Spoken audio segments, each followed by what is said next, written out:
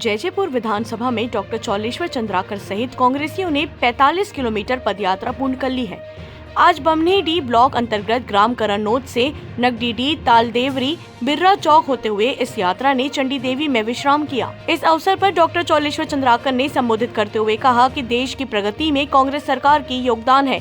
देश में जहां अन्न पैदा नहीं होती थी, उसे आधुनिकीकरण करने का श्रेय पंडित जवाहरलाल नेहरू, इंदिरा गांधी का है। गरीबों को रोटी, कपड़ा, मकान व्यवस्था भी कांग्रेस सरकार ने किया है। मोबाइल जनक क्रांति लाने का कार्य राजीव गांधी ने किया है। नरसिम्हा राव ने राम मंदिर प्रवेश द्वार खुलवाने के कार्य और मनमोहन सिंह ने सड़कों की जाल सहित पुल पुलिया के निर्माण का श्रेय भी कांग्रेस की देन है।